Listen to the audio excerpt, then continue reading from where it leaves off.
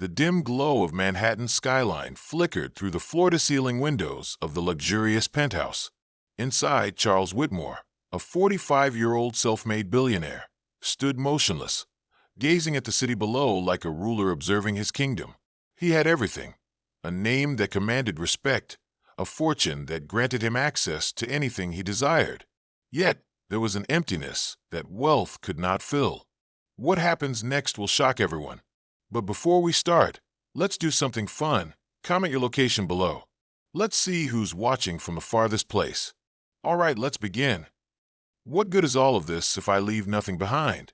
No heir, no legacy beyond boardroom deals and financial conquests. The thought gnawed at him. Love was never part of his equation.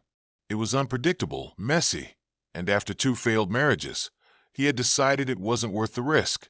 But a child, his own blood, was different. A child was an investment in the future, a piece of him that would outlive his empire. But how? He had no interest in another relationship.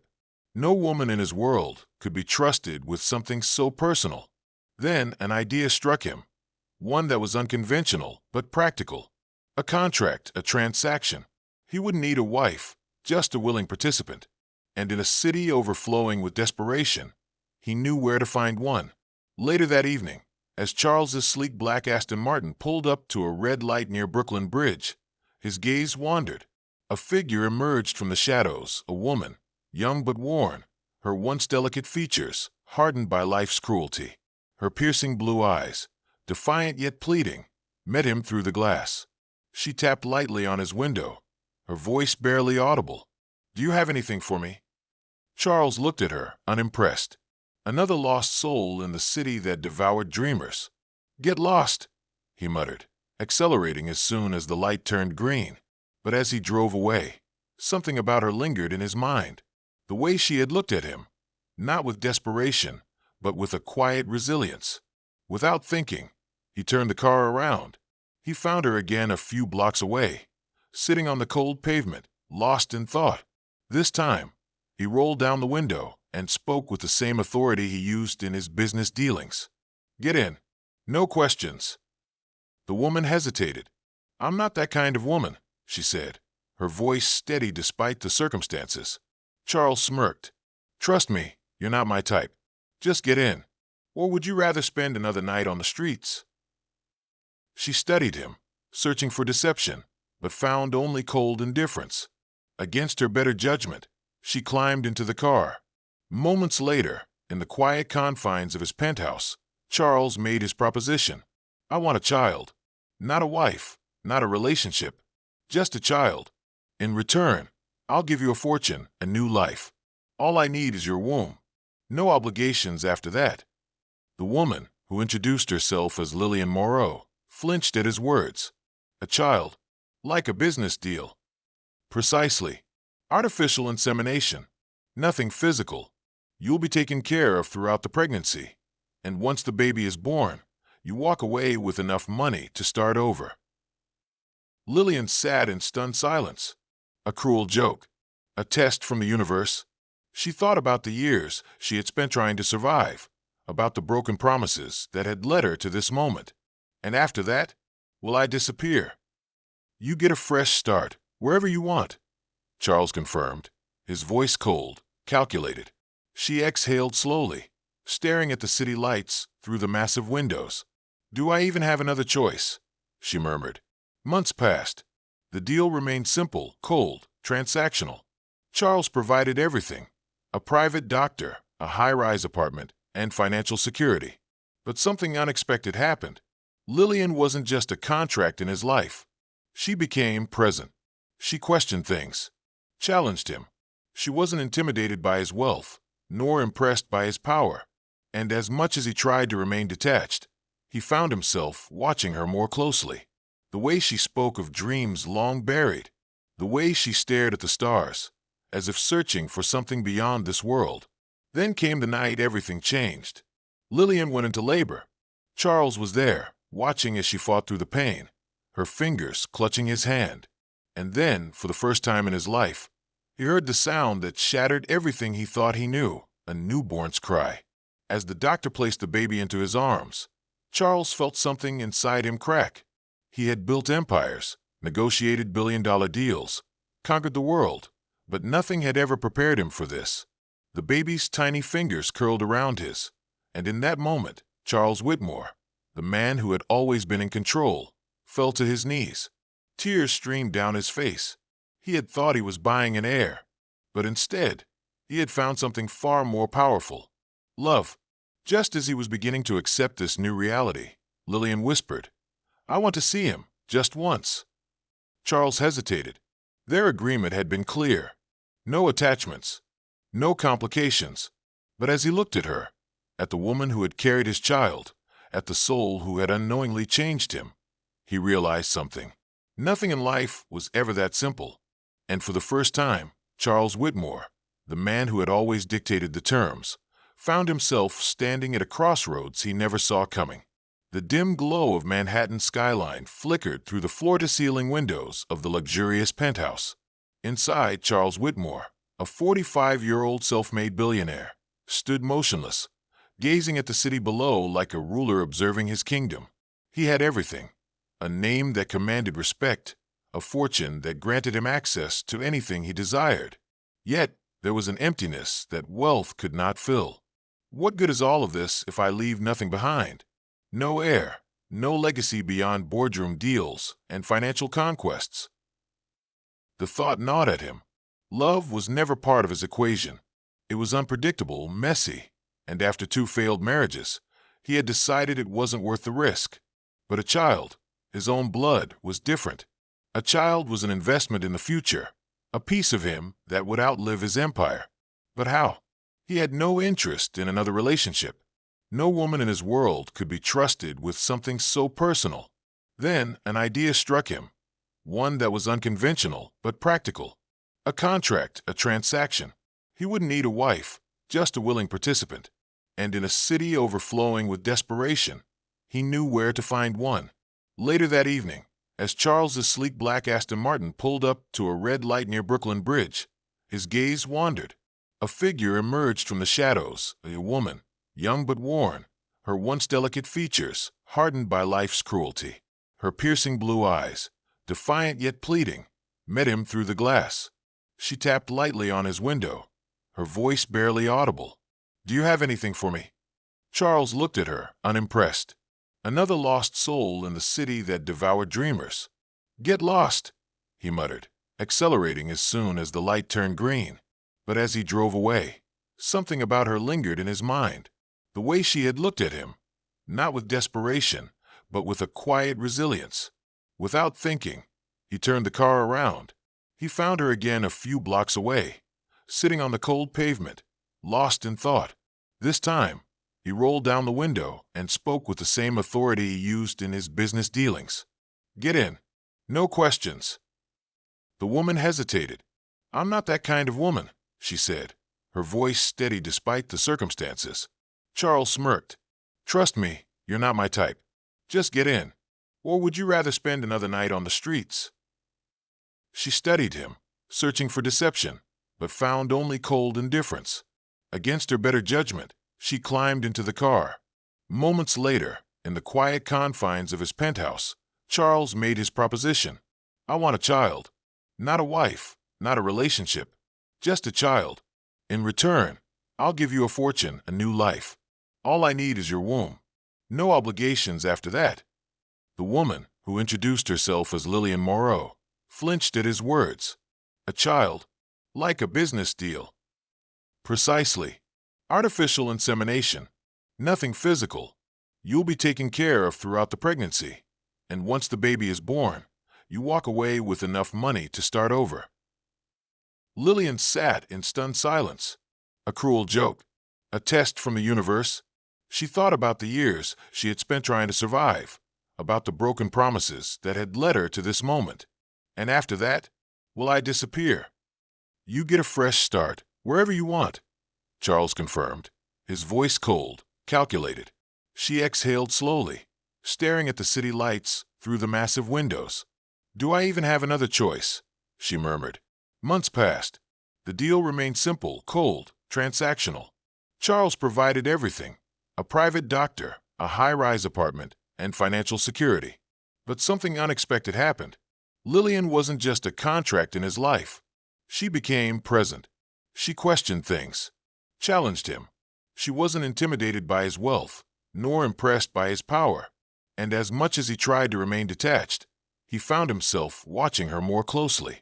The way she spoke of dreams long buried, the way she stared at the stars, as if searching for something beyond this world. Then came the night everything changed. Lillian went into labor. Charles was there, watching as she fought through the pain, her fingers clutching his hand. And then, for the first time in his life, he heard the sound that shattered everything he thought he knew, a newborn's cry. As the doctor placed the baby into his arms, Charles felt something inside him crack. He had built empires, negotiated billion-dollar deals, conquered the world, but nothing had ever prepared him for this. The baby's tiny fingers curled around his, and in that moment, Charles Whitmore, the man who had always been in control, fell to his knees. Tears streamed down his face. He had thought he was buying an heir, but instead, he had found something far more powerful: love. Just as he was beginning to accept this new reality, Lillian whispered, "I want to see him, just once." Charles hesitated. Their agreement had been clear.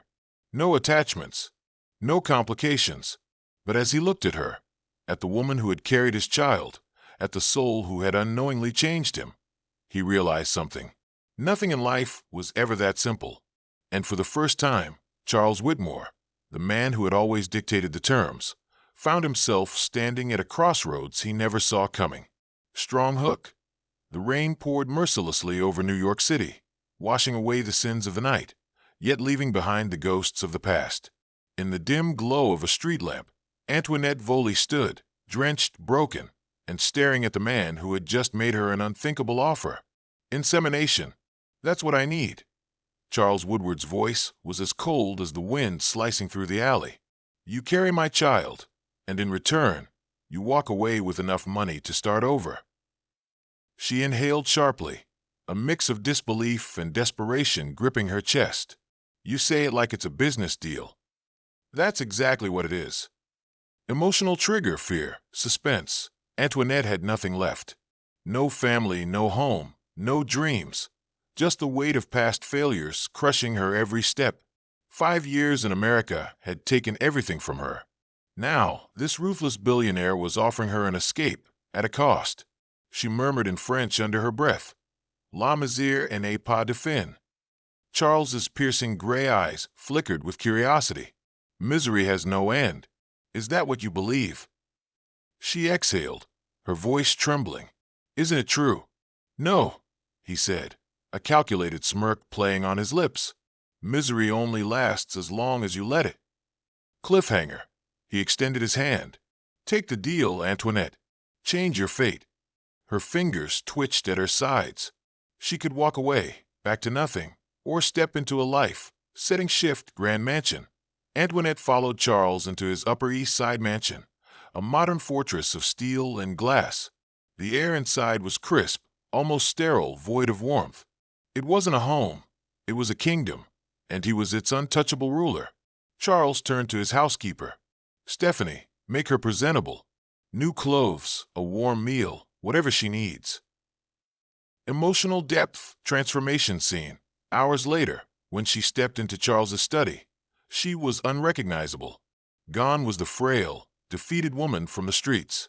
In her place stood a vision of elegance and quiet strength. Tom Francis, Charles's lawyer, nearly dropped his pen.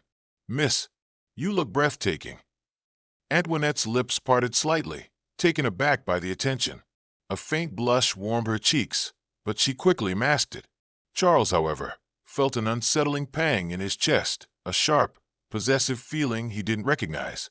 His grip on his glass tightened as he watched the way Tom's eyes lingered on her. His voice cut through the tension like a blade. "Let's get to business." Anticipation, suspense built up. As they reviewed the contract, Antoinette's hands trembled slightly over the papers. Her fate was being sealed with ink and formality, yet an unease settled deep in her bones. She suddenly lifted her gaze. "Why don't you just find someone to love? Someone who'd give you a child without a contract?" Charles's jaw tensed. Love is a failed social contract. I don't make deals based on emotions. Then what do you base them on? Control. Their eyes locked. In that moment, she saw it. The loneliness beneath his armor, the scars hidden beneath his perfection. But before she could say another word, he pushed the contract toward her. Sign, and everything changes. She took the pen, her heartbeat hammering against her ribs. Cliffhanger, emotional impact. Days turned into weeks, and as Charles and Antoinette found themselves under the same roof, something began to shift. The cold stare softened, the silences between them grew heavy with unspoken words, and in the dead of night, Charles would catch himself watching her, longing for something he'd sworn never to need. But just as an unfamiliar warmth crept into his carefully controlled world, a secret emerged, one that could shatter everything. One that could turn their contract into a ticking time bomb. End on suspense. She stood by the grand piano, her fingers hovering over the keys. When she finally spoke, her voice was barely above a whisper. "There's something you don't know, Charles." He turned, his pulse quickening. "What is it?" She met his gaze, her blue eyes shimmering with an emotion he couldn't name. "I can't go through with this, because I'm already." Fade to black. Manhattan was just waking up, bathed in hues of soft pink and gold. But inside Charles Donovan's penthouse, a storm brewed. He stood by the floor-to-ceiling windows, coffee in one hand, the weight of a life-altering decision in the other. He didn't believe in love. He believed in control. And control meant signing contracts, making calculated moves, and never leaving things to fate. But today, he was stepping into the unknown. Charles walked toward the guest wing of his lavish home. His footsteps echoed through the marble hallway, reaching the door where Antoinette rested. With a firm knock, he entered. "We're leaving," he said, his voice a crisp command. Antoinette blinked, disoriented, the morning light spilling across her bed. "What? Where?" "To fulfill the first clause of our agreement." She sat up, confusion and wariness flickering in her gaze. "You talk about this like it's a business merger." Charles didn't flinch. "It is." Minutes later, the roar of the Lamborghini Diablo filled the air as they sped through the city. The silence between them was thick with unspoken words. Antoinette stared out the window. "Do you ever ask yourself why?" Charles glanced at her. "Why what? Why does a man with everything still feel empty?" His jaw clenched. He didn't answer. They arrived at a sleek, glass-walled medical facility, New York's most prestigious fertility clinic. Antoinette's breath hitched as she realized the gravity of the situation. This wasn't just a contract. This was the beginning of something that neither of them were prepared for. The next few weeks blurred into routine, doctor's appointments, medical evaluations, clinical procedures. Everything was structured, controlled. Yet, something was shifting. Antoinette was no longer just a name on a contract. Charles found himself watching her when she wasn't looking. The way she absent-mindedly traced the rim of her teacup. The way her lips curved slightly when she read. The way she carried herself, with quiet resilience. One evening, after yet another appointment, they drove home in silence. Antoinette finally spoke. "You don't ask me how I feel." Charles didn't look at her. "Does it matter?" She exhaled sharply. "That's the problem with you, Charles. You think emotions are irrelevant. But you're wrong." His grip on the steering wheel tightened. "Feelings cloud judgment." "No, they make us human." He didn't respond. But later that night, standing in his office, he poured himself a drink and stared at the skyline. Her words gnawed at him. Was she right? Days later, as they walked through Central Park after a checkup, a sudden downpour drenched them both. Antoinette laughed, spinning slightly, arms open to the rain. Charles froze, watching her. Something inside him cracked, something buried, something dangerous. He hadn't laughed in years. And yet, standing there, watching her, he felt something dangerously close to happiness. But happiness wasn't part of their contract. And feelings? They were a liability. The day of the procedure arrived. The moment Charles had orchestrated, planned for, ensured every detail was perfect. But nothing could prepare him for what came next. Antoinette lay on the clinic bed, her hand resting on her stomach, staring at the ceiling. A realization hit her like a tidal wave. This wasn't just a clinical process. This was life. Her life. Their life. She turned to the doctor. "Stop." Charles's head snapped up. "What?" She sat up.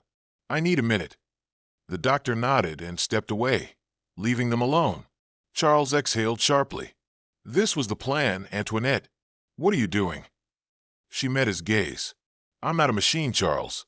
And neither are you." For the first time in his life, Charles felt something he couldn't control. Fear. He swallowed. "Are you backing out?" She took his hand, shocking him into stillness. "No," she whispered. "But this can't just be a deal anymore." Charles stared at her, his heart pounding. For the first time, the contract didn't matter. Only she did. And that terrified him more than anything else. The morning air carried a crisp silence as the city of Chicago stirred awake. Inside an opulent penthouse, Nicholas Grayson sat by the towering windows, his piercing blue eyes fixed on the skyline. The golden dawn bathed the glass and steel in warm hues, but the man remained as cold as the marble floors beneath him. Today wasn't just another day. It was the beginning of something irreversible. A quiet knock broke his trance. He turned, his face unreadable as Olivia Monroe entered, rubbing sleep from her eyes. "We need to leave," Nicholas announced, his voice devoid of warmth. Olivia frowned. "Leave? Where?" "To fulfill the first clause of our contract." Her breath caught in her throat. Contract. The word felt heavier than ever. Minutes later, they were speeding through the city in Nicholas's black Aston Martin, its engine growling like a beast barely contained. The tension between them was thick, unspoken words hanging in the air. Olivia's hands tightened into fists on her lap. This wasn't just a business deal. It was the beginning of something far more complicated. The car finally stopped in front of the city's most elite fertility clinic. The towering glass building gleamed under the morning sun, reflecting a reality she wasn't sure she was ready to face. Inside, the clinic smelled of sterility and quiet precision. Olivia's heart pounded as she signed the last set of papers. She was about to bring a life into this world, one created not from love, but from an agreement. Yet, in the silence of the moment, something inside her shifted. Life, no matter its origins, was never just a transaction. As they left the clinic, Nicholas remained silent, his gaze fixed on the road. But Olivia had seen it, the flicker of something in his eyes, when the doctor had spoken of life. It was fleeting, buried deep under layers of control, but it was there. The next weeks passed in a blur of medical appointments and quiet dinners, where neither of them acknowledged the growing weight between them. Until the day came. They sat in the waiting room, the rhythmic tapping of Nicholas's fingers against the chair, the only sound breaking the silence. "Mr. Grayson, Ms. Monroe, you may come in now." Inside, the room was dimly lit, the ultrasound machine humming softly. Olivia lay back, her breath shallow. The doctor pressed the cold gel against her abdomen, moving the wand with quiet precision. A heartbeat filled the room. Nicholas inhaled sharply. His fingers curled into a fist. Olivia turned to look at him, her heart racing, not just from the sound of life inside her, but from the expression on his face. For the first time, Nicholas Grayson looked truly shaken. The doctor smiled. "Everything seems to be progressing well," he hesitated. "However, there's something else you should know." Nicholas straightened, his usual detached demeanor faltering. "What is it?" The doctor turned the screen slightly, pointing at the image. "You're not just expecting one child." Olivia's breath hitched. Nicholas's jaw tightened. "You're having twins." A heavy silence filled the room, punctuated only by the steady rhythm of two tiny heartbeats echoing through the speakers. Nicholas exhaled slowly. The man who had built his world on logic and control was now faced with something no contract could prepare him for. For the first time in his life, Nicholas Grayson had no plan. As they left the clinic, Olivia walked a step ahead, her mind racing. Behind her, Nicholas hesitated for just a moment before reaching for her hand. The touch was brief, uncertain, but it was there. Sometimes, love doesn't arrive in grand gestures. Sometimes, it begins with the smallest of hesitations. The heartbeat of the city pulsed beneath the towering Manhattan skyline, But inside the dimly lit clinic room, it was another heartbeat. No, 3. That changed everything. Dr. Reynolds adjusted his glasses and turned the monitor toward them. There's not just one heartbeat, there are 3. He looked up, a warm smile forming. Congratulations, you're expecting triplets. Time fractured. Antoinette Vaughn's breath hitched as tears welled up, cascading down her cheeks before she could stop them. 3 lives. 3 heartbeats synchronized with her own. Her fingers trembled as they instinctively rested on her abdomen. Charles Blackwell, the man who saw life through contracts and transactions, felt something shift within him. His gaze, usually distant, was now locked onto the screen, unreadable but unblinking. For the first time in his life, he felt powerless. A contract had brought them here, a sterile agreement between 2 strangers. And yet, this moment defied logic. He wasn't prepared for the raw, overwhelming sensation gripping his chest. Without thinking, he reached over and placed a soft kiss on Antoinette's forehead, a quiet act of something he didn't understand. Antoinette turned to him, eyes shimmering. "Charles, what happens now?" The answer should have been simple. A calculated next step, a logical response. But nothing about this was logical. 3 months later, Antoinette sat on the terrace of Charles's penthouse, bathed in the golden hue of the setting sun. She closed her eyes briefly, resting a hand against her temple. Charles, watching her from the doorway, frowned. Something about her posture unsettled him. He wasn't used to this, caring. "Are you okay?" His voice, softer than usual, still carried his characteristic reserve. Antoinette opened her eyes, surprised at his concern. "Just a little dizzy. It's normal." Charles hesitated before striding forward. He should call the doctor, summon help, handle this as he handled everything. But instead, without overthinking, he leaned down and effortlessly lifted her into his arms. Antoinette gasped, startled. "Charles, I can walk." "No," he interrupted, his voice quiet yet firm. "Let me." They moved in silence, a charged stillness between them. His grip was strong, but there was something else beneath it, a tenderness that neither of them dared acknowledge.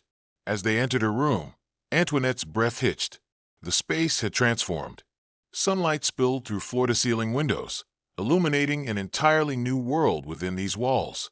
A plush crib sat near the window, its ivory frame delicate yet sturdy. Soft blankets, warm hues, tiny stuffed animals, a room that spoke not of deals, but of devotion. "What is this?" Her voice trembled. Charles shifted uncomfortably.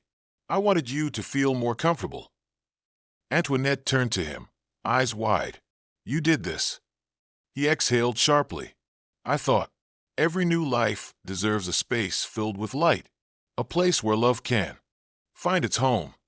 The words left his lips before he could stop them. They felt foreign, yet right. Antoinette studied him, her expression unreadable. "Love asks for nothing in return, Charles, but it changes everything." A shiver ran down his spine. He turned away, unable to hold her gaze. He, Charles Blackwell, who had built walls no one could breach, now felt them cracking. And she was the reason why. The night air was thick with anticipation. A storm brewed over the city, its thunder rolling in the distance. Antoinette lay in bed, her thoughts tangled. She was carrying not just 3 lives, but the remnants of a man's soul rediscovering itself. Charles had changed. He still guarded himself, still chose silence over confession. But in the smallest ways, he had begun to let her in. A sudden pain twisted through her abdomen. Sharp, unrelenting. She gasped, gripping the sheets. Something was wrong.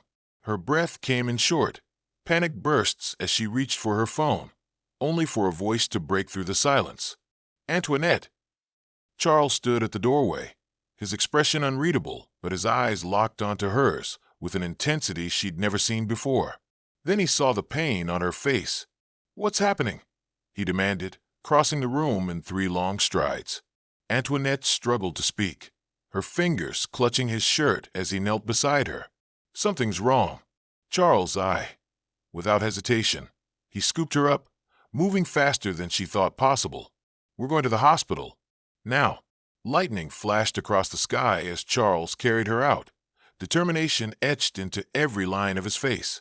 He had never been afraid of anything in his life. Until now. As the sirens wailed into the night, Charles Blackwell made a silent promise. This wasn't just a contract anymore. It never had been. What if love wasn't born from choice, but from a contract? And what if that contract was the very thing that could tear love apart? The city skyline shimmered in the distance as Charles Lexington, a billionaire known for his ruthless business acumen, signed his name at the bottom of a document that would change his life. Across from him, Antoinette Harper sat with a composed expression, though her heart pounded in her chest. "This is purely transactional," Charles stated, his voice devoid of emotion. "You provide the air, and you walk away once it's done." Antoinette hesitated for only a moment before signing. She had her reasons. Desperation was a cruel master. For months, their relationship remained cold and contractual. Yet, something unspoken passed between them in the quiet moments. Glances too long to be ignored, small gestures that neither acknowledged. Then came the moment that shattered everything. There's not just one heartbeat, there are three. Antoinette's breath caught. Charles, usually unreadable, gripped the edge of the examination table.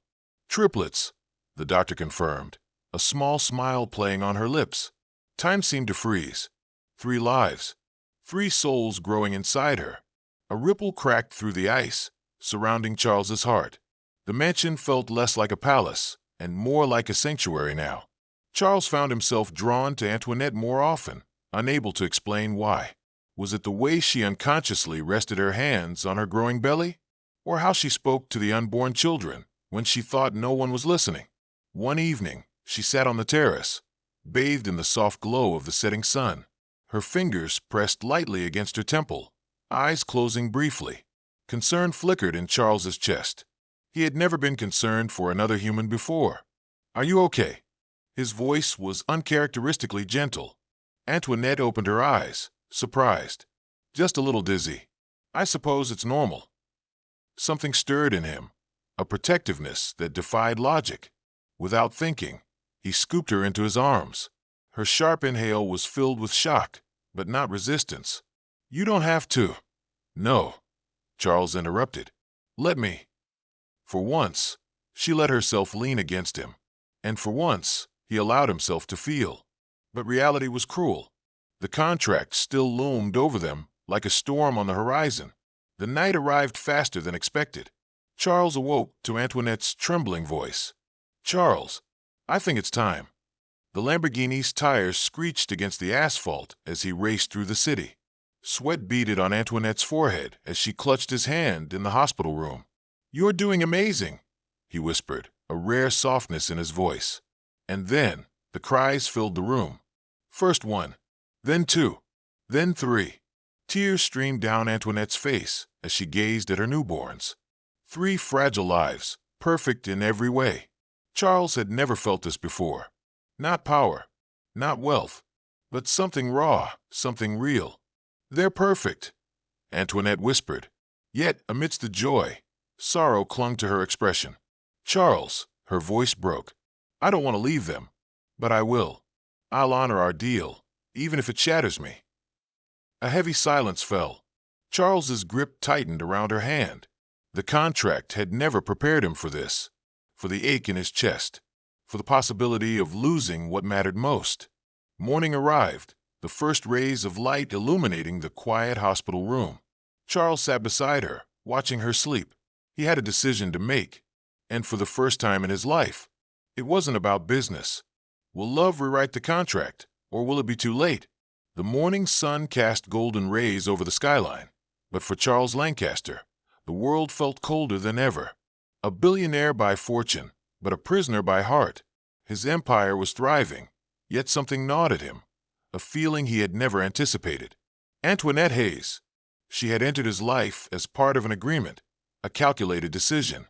And yet, the moment she whispered, "Charles, I think it's time," everything changed.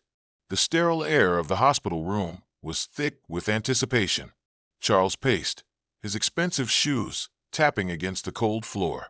His heart pounded in sync with the beeping monitors, each sound tightening the grip of an emotion he had long buried.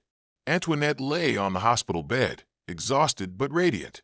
She clutched his hand, her grip tightening with each contraction. "I can't do this alone," she whispered. Charles swallowed hard. "You're not alone. I'm here." Hours passed like a fever dream until the first cry shattered the tension. A boy. Then another. And then a final cry, a girl. 3 lives born in a world they never asked for, into a love story that was never meant to exist. But joy was fleeting. Antoinette's eyes, glistening with tears, held a silent sorrow. "Charles, the contract." Her voice broke. "I have to leave them." Charles clenched his jaw. He had built skyscrapers, crushed competitors, ruled boardrooms. But at that moment, he faced an adversary he couldn't outmaneuver, his own heart. 3 days later, Charles returned to the hospital with gifts. But as he stepped into the room, something was different. Flowers, hundreds of them. A sickly sweet fragrance filled the air. And then he saw him. Tom Francis, his lawyer, his friend, sitting beside Antoinette, holding her hand.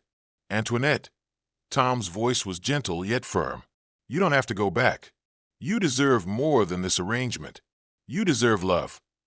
Charles froze, his pulse hammering. "Tom." Charles's voice was dangerously calm. "What the hell is going on?" Tom stood, his expression unflinching. "I'm offering Antoinette something real. A life without contracts, without hidden clauses." Antoinette's lips parted, but no words came. Charles stepped closer, the weight of betrayal pressing against his chest. "Is that what you want?" He turned to Antoinette, searching her face for answers he wasn't ready to hear. Antoinette looked between them, eyes filled with exhaustion and something deeper, fear. "Please," she whispered. "Not now." Charles took a step back, his fists clenched. He had built his life around control. But this was slipping through his fingers like sand. And for the first time, he had no idea how to stop it. 3 months later, the world had moved on. But Charles hadn't. He watched from the penthouse window as the city pulsed beneath him. A life of luxury. Yet he had never felt poorer. Then the knock came. Soft, hesitant. Charles opened the door. And there she was. Antoinette. She held her breath, her eyes filled with the ghosts of the past. "Charles, I made a mistake." Charles stared at her, his heart warring with his pride. "Tell me," he said, voice barely above a whisper, "is this just another arrangement? Or is this real?"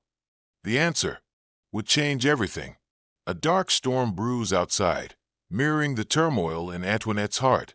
Lightning flashes through the tall windows of the grand estate as she stands in the dimly lit nursery, her fingers trembling over the tiny faces of her newborn triplets. The clock ticks mercilessly. Her time is up. She thought she could walk away. She thought she had prepared for this moment. But how do you say goodbye to the very pieces of your soul? Antoinette wipes her tears, steeling herself. She had signed a contract. 90 days after giving birth, she was to leave. No exceptions. No second chances. She gently places one last kiss on each child, her heart breaking with every step as she walks toward the door. Her suitcase is light, just like the hollow space in her chest where her heart used to be. As she descends the grand staircase, her footsteps echo, a cruel reminder of the emptiness that will follow. She reaches for the doorknob when, "Charles, Antoinette, where do you think you're going?" Antoinette freezes. His voice cuts through the silence, laced with something unfamiliar, panic. She slowly turns. Charles stands in the shadows of the hallway, his jaw tight, his hands curled into fists. "Charles, is it because of him? Tom Francis, is that why you're leaving?" Antoinette, angrily, "This isn't about Tom. It's about what we agreed upon. I have to leave, Charles. It's in the contract." Charles, scoffing, "To hell with the contract." He pulls a folded document from his pocket, the contract that bound them, the agreement that dictated their lives. His fingers tighten around it, then rip. The paper tears in two, then 4, then 100 shreds, falling like snow around them. "Charles, stay." Antoinette stares at him, her breath catching. She had never seen him like this. Not the ruthless businessman, not the cold, calculating man she once despised. This was different. "Antoinette, why are you doing this?" "Charles." Voice cracking, because I can't lose you. Silence. A storm rages outside, but the real storm is here, between them. Charles takes a step closer, his voice raw. Charles, I told myself I was done with love, that I'd never let another woman hurt me again. But then you walked into my life, and without even trying, you made me believe in something I had long buried. Antoinette presses a hand over her mouth, her emotions overwhelming her. Charles, pleading I don't care if you love me back. I don't care if you never do. Just stay. Stay for them. Stay for me. Antoinette's knees go weak. She had sworn she wouldn't break, that she would walk away with dignity, but her heart had other plans. She takes a shaky step forward, then another. Her hand reaches for his face, tracing the stubble along his jawline. Antoinette, whispering, you idiot, you absolute, foolish man. She lets out a choked laugh, tears spilling freely. Charles stares at her, his heart pounding. Antoinette, I never needed the contract to stay, Charles. I only needed you to ask me. Charles swallows hard, his hands cupping her face. There's no hesitation this time. He kisses her, pouring years of unspoken words, hidden fears, and unacknowledged love into that moment. The storm outside finally subsides. The mansion, once a prison, now feels like home. The rain lashed against the towering estate, each drop hammering down, as if warning her to stay. But it was too late. Antoinette had made her choice. 3 months ago, she signed a contract that had given her everything, and now it was taking it all away. Antoinette clutched the tiny hands of her sleeping triplets one last time. Her heart clenched painfully as she pressed a trembling kiss to their foreheads. They would never remember this moment, but she would never forget it. Tears blurred her vision as she zipped up her nearly empty suitcase. The wealth, the luxury, it all meant nothing now. She had only come here to survive, but she had found something else, something more dangerous. She had found love. As she stepped into the vast, dimly lit hallway, the mansion's grandeur felt hollow. The echoes of her footsteps sent a chill down her spine.